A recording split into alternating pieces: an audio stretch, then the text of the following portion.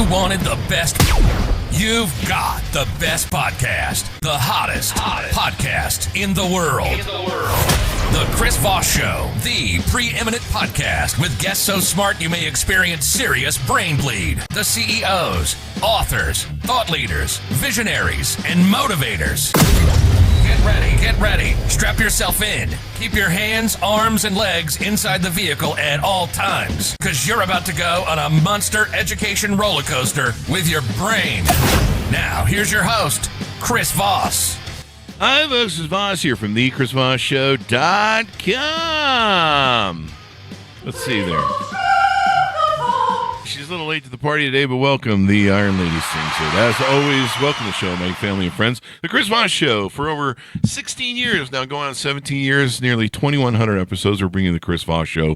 As always, the smartest people on the planet, the CEOs, the billionaires, the White House presidential advisors, the Pulitzer Prize winners, the news agents. People bring their stories, their education, their knowledge to the show. You guys get 2 to 4 new episodes a weekday. Make sure you tune in and listen to every single one, damn it, or you might miss all the fun comedy and the brilliance of the people that are the guests on the show. I'm just the idiot with the mic, but we just have the smartest people on. Go to goodreads.com/Chris Voss, LinkedIn.com/Chris Voss, Chris Voss 1 on the TikTokity, and all those crazy places on the internet. Today we'll be talking to a wonderful young lady. Komal Bazaz-Smith is the Chief Business Officer of Global Cyber Alliance. We'll be talking to her today. Did I get that right, Miss Smith? Yeah, you did. Komal Bazaz-Smith. So good. As long as you don't call me Camel, I'm good. I'm learning all the new stuff. Give us a 30,000 overview and a .com for you of what you do there. Yeah, so I'm as you said, I'm the Chief Business Officer, but really what we are is we're an international nonprofit, and we view being safe online as a fundamental right. And yeah, I mean, it's one of those things. If you're going to be online, you should be able to be safe. You should feel comfortable engaging with the internet in a way. Where's the fun in that? It makes it a lot less fun. I'll be honest with you. I like living on the edge. Yeah, we live on the edge on an everyday basis. So we're trying to reduce that risk just a teeny bit for you. But yeah, that's basically what we're trying to do. We're trying to, we work with a ton of different kinds of communities. We're trying to keep the internet a little bit safe as much as we can. And we try to help people and organizations be more safe online. That's really, at the end of the day, what we're trying to get done.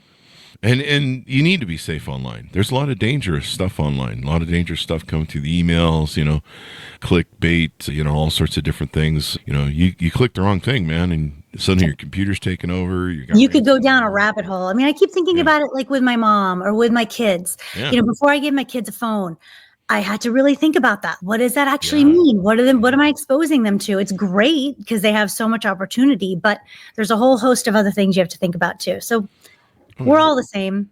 Yeah. I think I saw one time a thing where when a young person, maybe 12 or 13-year-old kid, as soon as they can get on Instagram, I think 13 is the new age or something like that. Or it's supposed to be, let's put it that way. I mean, you can do whatever you want. Yeah, it's supposedly 13. The rule is supposed to be 13, wink, wink. And I think they know that and profit from it. That's why I'm being sarcastic. I know TikTok kind of got away with it, and then they didn't. I think they got fined a bunch of money for underage applications.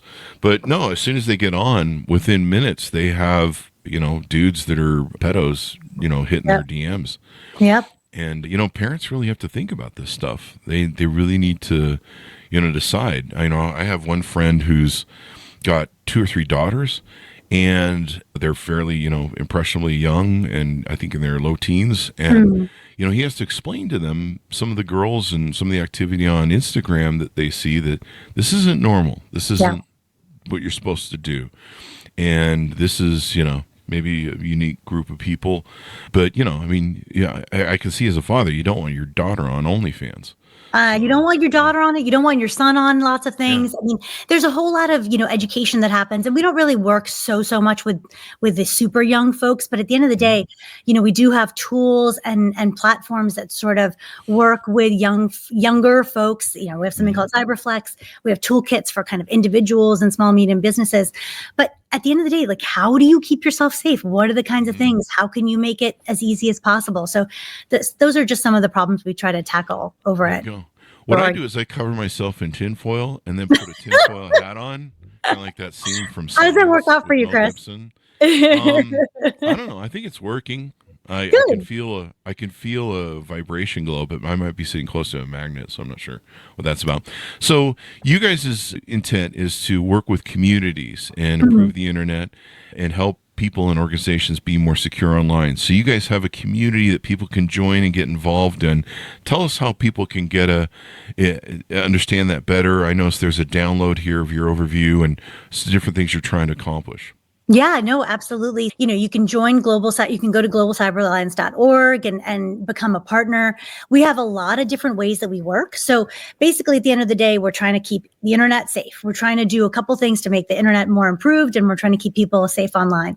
But we do that in 3 different ways. And that's one of the reasons why I loved coming to the Global Cyber Alliance. I am not a cyber geek. I'm not a tech geek in any way, shape, or form. And so I came at this with a very, very different background. I've done business strategy work for 20 plus years, especially kind of in the social impact, the international development, and the innovation space.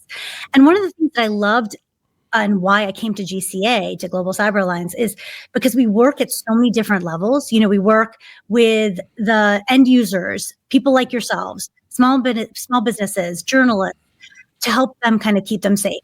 We work with those folks that you don't really know all that well, like people that own networks and internet infrastructure operators. But these are the ones that kind of have so much sway in terms of what happens on the internet every day. And then we work even at the ecosystem level, where we're really working with like governments and businesses and, philanthropies that have a whole host of incentive to kind of make sure that the internet is safe. That said, there's not that much money that's going into making sure that the internet is safe. We're trying to create awareness around this issue. We're trying to make sure that people know that there's a lot of vulnerabilities in the internet. We're trying to make people understand sort of what is at stake. You and I are on a podcast. We're on a platform where we're leveraging the fact that the internet is running and it's secure and it's okay and Wi-Fi is working and all of that. But if that gets crashed down, and all the things that we do online every day, that can get interrupted in any 1 second. One small mistake can make that go away. And so we're just trying to make sure that's secure. Definitely. I mean, a few months ago, I had I was checking in on my Bank of America account. Or no, what it was is a couple months ago, I got a message on my email. And I have an alert when it gets below a certain point to let me know, because, you don't want anything to bounce. And, I have multiple bank accounts for the businesses and for me. And so my Bank of America account sent me an email and it said, you're below your threshold. And I'm like, that's what? Weird. And I knew there's a lot of money in the account. Yeah. So I'm like, where'd all that money go? Yeah. So I open up the app and it doesn't even have an amount for me on my account. It just has dash. Oh God, that's really not good. And I'm freaking the hell out going, maybe I've been hacked. Maybe I have no idea. Where's my money? Mob. I sound like a mob guy. Where's my money? And so then I looked at I started panicking, freaking out because, it's money and you need it. Yeah. And so then I looked at Bank of America's website, dash. I'm like, what the hell? And fortunately, I kind of went, there's outages, and I'm so used to outages.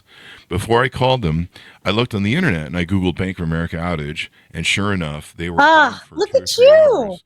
And if you remember, this was like a month or 2 ago or something like that. Yeah. But yeah, I was, having some heart palpitations for a little while. It's interesting. I think we don't really think about it every day. I mean, okay, so I don't know if I'm a sadist or what, but I love working on these big, complex problems, things that really can't be solved at the end of the day. And so this is one of them, right? Like, how do you actually make sure that the internet is secure? Just a small little, tiny problem. And, in I don't know if you remember, but in July, there was a huge outage all across the globe. It just was this big, huge internet disruption. And, about a month later, in the Atlantic Monthly magazine, there was a guy named Mateo Wong, and he wrote one line, which I'll just say is, a single company erred a single time, the web buckled and the globe shuddered. Yeah. And that's it. At the end of the day, that's kind of what we're talking about. We're talking about one internet disruption, which, just demonstrates the vulnerabilities that we're dealing with every single day. It can cost millions of dollars. It can shut down hospitals. It can result in preventable deaths because of the shutting down of the hospital. It disrupts critical services. So we're just trying to make sure that people think about, how do you invest in something so that you can make sure that what we are using every single day to live our everyday lives is safe and secure? I believe it was a CDN provider, a content delivery network, that caused that outage. That outage. We're friends with them, and anybody can make a mistake. So it was, it was CrowdStrike, but it was a big outage, and they do amazing work, but it can happen to anyone. Yeah. And I mean, it's wild. We've done promotions for South by Southwest, and we'll be promoting, I don't know, some website or something, and somebody will be like, "Hey, we're going to push some cool things for South by Southwest," and somebody will push something that was supposed to stay in the sandbox as a test case to the public front side. Yep. And we're like recruiting people to go to their website, and we're like, "Did you know your website's down?" Because the people we're telling, they're like, they can't sign up. I can't actually do the thing. And we're at South by Southwest, and they're like, somebody pushed something.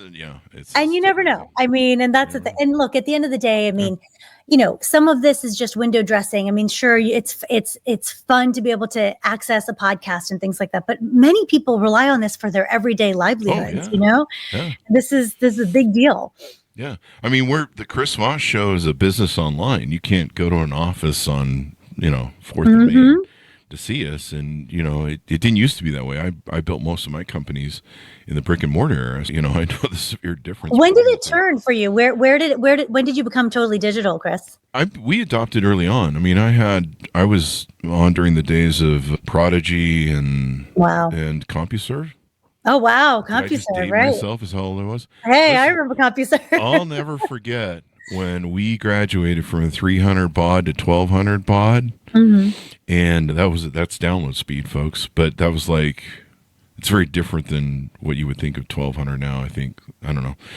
I always tell my kids, I date myself, because when my husband and I first met each other, this was back in the days of it was in the 90s, and I was the first class to get email automatically, and people gape at that. They're like, "What do you mean you didn't have email before?" And that's how people started communicating. You'd have the internet, you'd have to dial it up, and you'd have the little Telnet Godzilla. Little screaming. That's right. Exactly. But but it's funny. I mean, nowadays we think of it as so seamless, and some of the threats that we're starting to see in these coming years is, the threats are evolving. They're becoming more sophisticated. We're seeing that, the things that I used to tell my mom and my kids to watch out for, I can't even tell them to watch out for anymore, because it's so advanced and sophisticated. The internet it's evolving. It's becoming even more seamless. It's becoming even more intricate. And, folks are using things like AI to make it even harder to catch, criminals and cybercrime.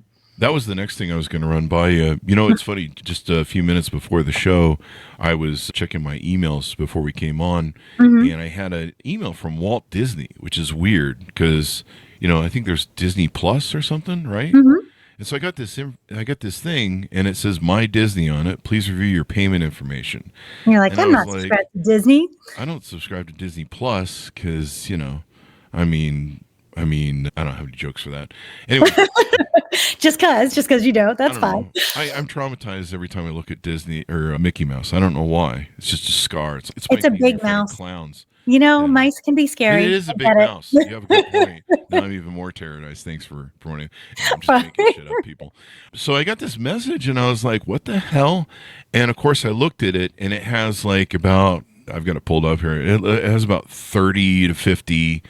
It's like I-1000JK1SCL. The .com is very odd, 50, right? Yeah, very, very often, and it's from Salesforce.com in the end, which is probably somebody's database. That's and right. I was just like, yeah, that's not. I'm gonna delete that and report John. But nowadays you can't necessarily do that. So that one was really obvious. But there are lots of times where I get emails, and one of the things that we try to focus on in our nonprofit, because again, we're trying to help those that are super vulnerable. There's folks that like big organizations or even profitable ones like yourselves that can handle maybe one hack or one small scam or something like that. But there's so many tiny mom and pop stores that just literally would be wiped out. They would be bankrupt if something happened to them. So, it's scary stuff because you just don't know what you're clicking on half the time. Yeah, we've talked about a lot on the show where we have people that are getting ransomware, and it's not just the big agencies that can pay money; it's the small mom and pops, and they can't afford to. They can't afford to, and they usually have their shit backed up. I mean, there was a long time where we lived on the edge, and every now and then we'd lose something, and we'd have to call up GoDaddy and go, "Please, can you figure out our backup?" We even pay them for it, but yeah. But I mean, you're talking about, back in the day in my previous job, I was doing international development, and I'd work with places like the World Bank or U.S. Agency for International Development, and we're talking like tiny 2-person shops in a village in India. They've got no disposable income. They've got no backup. They've got no GoDaddy. The minute a scam comes in or a misinformation rumor hits them and they are, targeted, they can lose their livelihood. They can lose all of their, savings, and they can lose their reputation, which is horrible in a tiny community. You don't want to lose your reputation. No, nobody wants to lose their reputation. Yeah, it can happen. And AI, I think, is going to make everything worse, isn't it? When it comes to these scammers and these different techniques they can use. It's interesting. So everybody talks about AI. I mean, all of our funders are like, AI is the next big thing. And it is. I mean, it absolutely is. But at the end of the day, it's run by the internet. If the internet shuts down, there's no AI. And so one of the things that I've been trying to talk about with some of our stakeholders and some of our communities is, how do you think about the internet? How do you make that more safe? And then maybe if we can make it more safe, then AI can actually be used for good rather than just leveraged by cyber criminals and folks that want to do bad things on the internet. Mm-hmm. So how do people get involved with you? Is the idea behind this that everyone should get involved? I mean, who's your targeted client base? Well, hey, tell me you know a lot of billionaires. So if billionaires, I don't know, that didn't turn out too well for Twitter. So I know it didn't. I mean, Jack was a piece of shit too. So that's my opinion. There are so many paths. But yeah, no, there's lots of ways to get involved. I mean, come to globalcyberalliance.org, click on the link of getting engaged. There's a partners and how to work with us part of our website. We welcome emails to kind of come and talk to us. There's folks that we would really love to have people come where they either have a solution that they can help support the keeping of the internet safe, or there might be people that have funds that really want to help donate towards addressing this issue. But, in any way, shape, or form, if you're engaged in this work in any space, I would love to talk to you. And, at the end of the day, the internet's not magic. I mean, we think of it as just, you click a button and all of a sudden I can speak to Chris Voss and, we can talk to people all across the globe. I remember the time when, you used to have to write in the blue letter in the mail and send it to Par Avion, and you never know when it's going to get there. But it's actually, the internet is magical, but it is not magic. And it's actually held up by, tons of folks in the shadows. There's like the underbelly of the internet where people are, working every day to keep it safe, and they need funding and they need sustainable ways to keep doing what they're doing. And I just signed up with your Mastodon. I think it's your Mastodon. Oh, fantastic. Community. Excellent. I appreciate that. Pretty cool. And so people can sign up with that. They can get involved in the community that's on there. You can sign up via LinkedIn. You can come to us through Twitter. You can come to us through Mastodon, Blue Sky. I think we also have an Instagram account. So please come join us at any time. We welcome it. Yeah. And I mean, basically, this is one of those things where if you want to influence what's going on your internet and the importance of it, you got to have a vote. You got to have you got to get in there, and I think we're all I always say we're stewards of our democracy. All of us as Americans, that's why we're all given a vote. That's right. And so much of democracy is happening online at this time. So that's true. Use that vote, right? Yeah, use that vote. But you need to also care about what's going on the internet, because it's, there's there's evil players that want to dominate it or take it over or use it for ill will.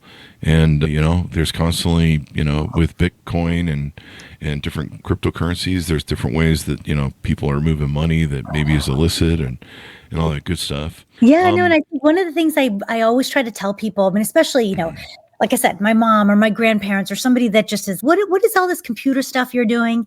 And the thing is, nowadays, the internet is our lives, right? It's not a separate thing. It's not, I have an online life and I have it in real IRL. It's one and the same. And so what I really try to tell folks is it isn't just up to those computer geeks over there and their hoodies and their sneakers and their sweatpants. They're not solving all the problems. I mean, they might be solving some of the problems. But we're ashamed of how I dress. You have a button-down shirt, Chris. You're all good. Normally I'm in a t-shirt. I just do this for the show. Yeah. Oh yeah. I am casual all the way. But yeah, it's it's up to all of us to kind of make sure that it's not just the strongest that keep ourselves safe, but all of us. Mm-hmm. Definitely. Yeah. Tell us about the thing that you have is the Common Good Cyber Initiative. What does that mean, and why is it critical in securing digital future? So it's a lot about what we were just talking about. There's the internet is not magic, right? So there's all these folks that are kind of working in the shadows to make sure that the internet is safe. There's nonprofits that are working on it. There's civil society organizations. There's individuals, like people in universities that, 2-people shops that are kind of making sure that the time on the internet that you see on your screen is always kept up. These are folks that just do it out of the goodness of their heart because they want to make sure the internet remains the way it is currently. Mm-hmm. But none of us have funds. We're all doing it on our volunteer time. We're trying to kind of hustle and get as much money as we can so that we can kind of keep doing what we're doing and so that the internet doesn't buckle. And the Common Good Initiative is really trying to help sustain all of those organizations that are doing those everyday things to keep the internet secure. Yeah, definitely important because security is everything. If you're not safe, then how do you live life? We talk about it physically, but it's physically and internet wise, it's pretty tough. It's pretty tough to live life. Mm-hmm. Do you? And our brands are online. Like everyone's a brand now. Every human being is a brand. I'm not a brand. You're a bit more of a brand than I am. I sell myself for money online. Go to onlyfans.com Chris Voss sells himself online. No, if you Google that, there's something wrong with you. I'm not Googling that. No one wants to see my OnlyFans. But no, there's so much business that transacts now. Most people's businesses are set up online. That's right. And their placard to, put out for, what they do and how they do it. I mean, you'd have a global wipeout of an economy if the internet ever went down. It literally is. So I remember, back in my previous job, I was doing international development, and, I've been in the digital space, and we were trying to kind of get everybody across the U.S. Agency for International Development and other groups that work in the international development space to think, oh, why should I care about this digital stuff? Computer hackers over there, it doesn't really matter. And then COVID hit. And when COVID hit, and I know we talk a lot about COVID, about how it was so much loss and so much, mental breakdowns and things like this. But actually what also happened was a lot of stuff was gained. All of a sudden, folks had to learn how to access healthcare online. All of a sudden, people had to figure out how to access schooling online. All of a sudden, people had to figure out how to access finances online and build their businesses online. And you'll see a huge, huge increase in people that are online using it for everyday things after COVID. And I think that just made it very, very clear how integral the world is in terms of dependency on the internet. Yeah, it's we're dependent. I wake up in the morning and then I'm like, okay, what's the first thing you do? You check your email. Yeah, even my phone is based on Google Voice, so it's all internet. My phone, my calling, my calls that come in, it's all on the internet. If that internet goes down, you're kind of just sitting on your computer looking at it, going, "You're not worth much." And you're looking at your phone, which is even more valuable sometimes. It's not nothing. If it's able to get on. Definitely waking up one day and looking at your bank and seeing all your money gone definitely wakes you up to the fact. Definitely wakes you up. Exactly. Like, thank God it was only like 2 or 3 hours and everybody was reporting it. So I'm like, okay, just calm down. Just calm down. Wait for the outage to react. You'll get your money back. Somebody in the bank had to restart a computer system, and then all of a sudden everything came back online. Have you tried turning it on and off again? You're If you try turning the internet off, always the solution to everything. Do we still control the internet? Does the U.S. still control it? I know there was. No, the internet is this, multi-stakeholder, vast, interconnected network. And that's part of the problem, right? If one government owned it, then we could maybe solve this problem. But no government owns it. So it's everybody's responsibility, which means it's nobody's responsibility. Wow. We're trying to solve this very, very large problem, but we're working at it little by little, trying to talk to lots of governments, trying to talk to people like yourselves, trying to get everybody to understand sort of the thing that we're trying to do and what's at stake. And so hopefully more and more people will join the fight. Definitely, because if you don't, we're all stewards of it. So if we don't have a plan or stake in it and make sure that we try and influence what it should be to protect stuff. I mean, do we need to, I've always joked that we need to maybe have a death penalty or maybe one of those Iran extreme punishment sort of things for people who are hackers and cybersecurity violators, people that, others. The folks that prey, especially on the super young or the super old, there's a, I don't know what happened. I don't know where they went wrong, but the fact that they're okay with doing that is horrible. Yeah. I think we need stronger laws. Yeah. I think maybe if you're a hacker and you steal a couple million from people, we get to take your hands so you can't hack anymore. Move to a different country, and maybe you can kind of get those laws going. Yeah. But some of it can be regulated. Some of it can be laws, some of it can be regulated. But at the end of the day, nobody really owns it. So what laws do you put in, and how do you enforce it? And who are the things, how do you do all that? So I think that's the kind of stuff. I mean, there are folks that focus on cybercrime, and they find these criminals and they do stuff with them. I don't really know what they do, but hopefully we can catch more and more of them. Yeah, I just think there needs to be stricter laws. The other thing I think there needs to be, I think there needs to be stricter criminal or civil punishment of companies that are really reckless with people's privacy things. Like it used to be, like I get some sort of email every now and then from this company that Pound, PWED or something, and they tell you when your password or your personal information has been discovered on the internet as being in hacker databases because Walmart got hacked or what was the other one? It was which one of the big three credit bureaus got hacked? Equifax? Oh, I remember that. Yeah. Yeah. Yeah. Actually the government got hacked a number of years ago. I don't know if you remember that, but in 2014, it was a huge scandal where so much security data got leaked. Oh yeah. But, there are like privacy regimes. So I don't know if you know the GDPR in Europe.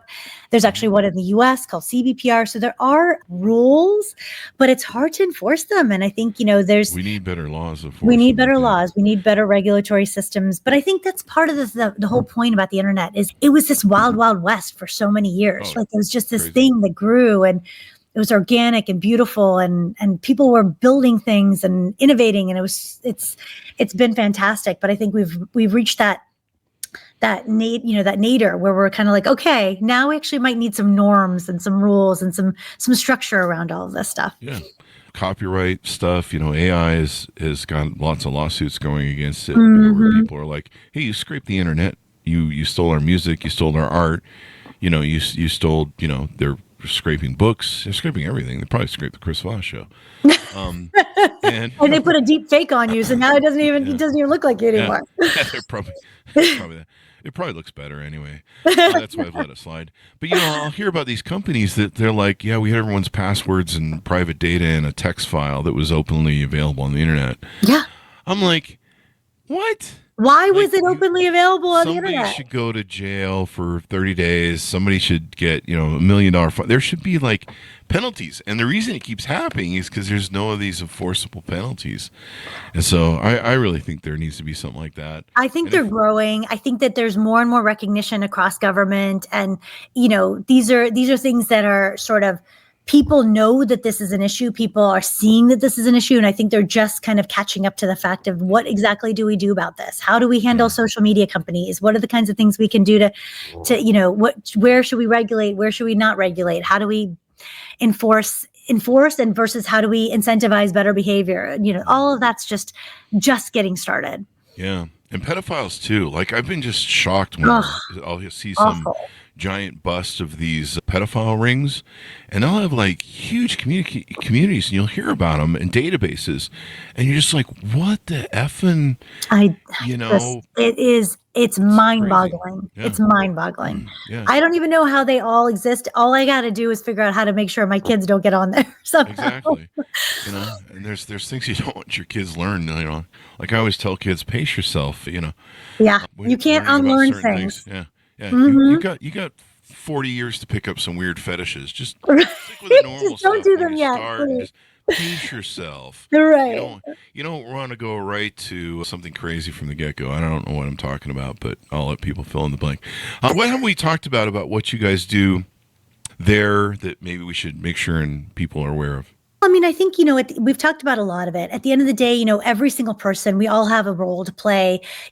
Make sure you use multi-factor authentication. Make sure you have strong passwords, like all the things that your people say all the time. Keep your software up to date. Make sure to run the devices, the security patches and things like that. But, at the end of the day, what we're really trying to do is change behavior and bring all these communities together to really do something big. All of those things are important, and they're important for each of us to do on an everyday basis. But we're only one person each. So if we want to do something on a broad collective basis, we've got to work with a broad collective number of people.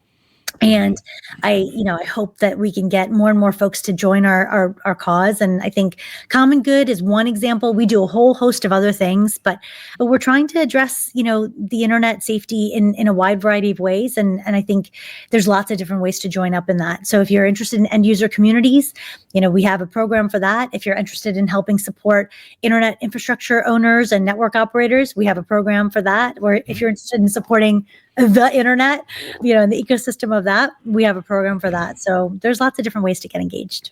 People like, now I got to manage the internet too? Yeah. I'm still trying to put up forest add it to fires. your to-do list, Smokey the Bear guilted me about how it's my fault for forest fires. I'm just trying to put those out. Now I got to put up the internet? No, you know what? You don't. Just engage with us, and we can help. We can help there do you that. go. Just be a part of the team. So, yeah. I spend most of my weekends and nights out in the forest trying to keep. Do you? Chris, where are you located? I try to keep Smokey the Bear happy because when he was a child, he's only you can prevent forest fires. I remember those commercials. I'm 8. What the hell? How am I responsible? I'm going to live with for this guilt for the rest of my life. Yeah, I'm traumatized by Smokey the Bear. I love Smokey the Bear. Yeah, I love him. He's a wonderful guy, but Are you where are you? Are you close to lots of forests? No, I'm just doing a bit. Okay. I'm in Utah and Vegas. Oh, it's beautiful. But yeah, I just let it burn. I don't care. I give up. I'm going to pretend that I didn't hear that. F that Smokey the Bear dude. Freaking gaslighting me that only I'm in charge of forest fires. What a Hey, it lit a fire under your butt, didn't it? It did, yeah. The ad worked. You still remember it 40 years later. Beat me to the punchline on that one. Get a fire under your butt, folks, and join the Global Cyber Alliance. Give us the .coms as we go out. Tell people how they can onboard with you guys or reach out for more information. Please come join us, globalcyberalliance.org. We welcome you. We welcome lots of folks to kind of engage with us, donate to us. We have lots of different programs that you can engage with and help us build up all of the different things we're trying to do to make the internet safer.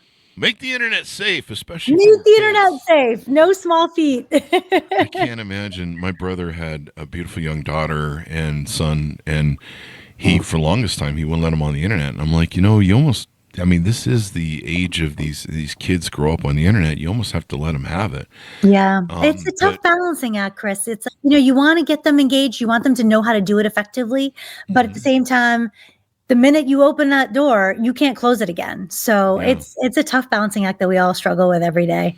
It definitely is. It's pretty crazy how all of it is out there. Thank you very much for coming to the show. We really appreciate it. Thank you so much for having me. I really appreciate it. Have a wonderful rest of your day. You got it. And thanks so much for tuning in. Go check out Global Cyber Alliance. Get involved with what's going on the internet, because if you don't, the bad people will. So you have to care. That's how the world works. We all have to be stewards of making a better world, a better community, and a safer place for everybody.